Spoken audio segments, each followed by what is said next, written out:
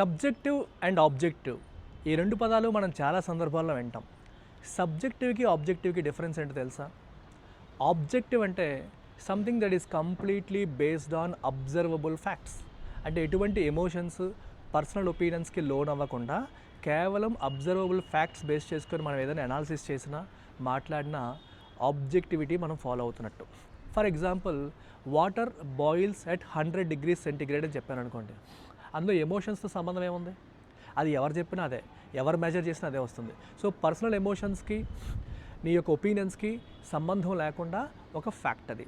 అట్లాంటి వాటిని మనం ఆబ్జెక్టివిటీ లేదా ఆబ్జెక్టివ్ ఫ్యాక్ట్స్ అని అంటాం. అలా కాకుండా సబ్జెక్టివ్. ఫర్ ఎగ్జాంపుల్, వెనీలా కంటే చాక్లెట్ ఐస్ క్రీమ్ బాగుంటుంది అని నేను చెప్పాను. వెనీలా కంటే చాక్లెట్ ఐస్ క్రీమ్ బాగుంటుంది అనేది నా ఒపీనియన్, అది నా పర్సనల్ ఒపీనియన్. వేరే వాడికి వెనీలా నచ్చవచ్చు, నాకు చాక్లెట్ నచ్చవచ్చు. సో ఇది ఫ్యాక్ట్ కాదు, ఇది ఒపీనియన్. సో ఇలా opinion based, personal emotions based judgment ఏదైనా చేసినప్పుడు, ఎనాలిసిస్ చేసినప్పుడు దాన్ని సబ్జెక్టివ్ ఎనాలిసిస్ అంటాం. For example, some people might like Chandrababu Naidu, some people might like Jaganmohan Reddy. ఎందుకు మారుతోంది అంటే పర్సనల్ ఒపీనియన్స్ మారుతాయి, ఎమోషన్స్ మారుతాయి. అది సబ్జెక్టివ్ ఎనాలిసిస్. కానీ ఆంధ్ర సీఎం ఎవరంటే ఏం చెప్తారు ఇప్పుడు? Chandrababu Naidu. It is an objective fact. అది నువ్వు వైఎస్ఆర్సీపీ వాడైనా సరే ఒప్పుకోవాల్సిన ఫ్యాక్ట్ అది.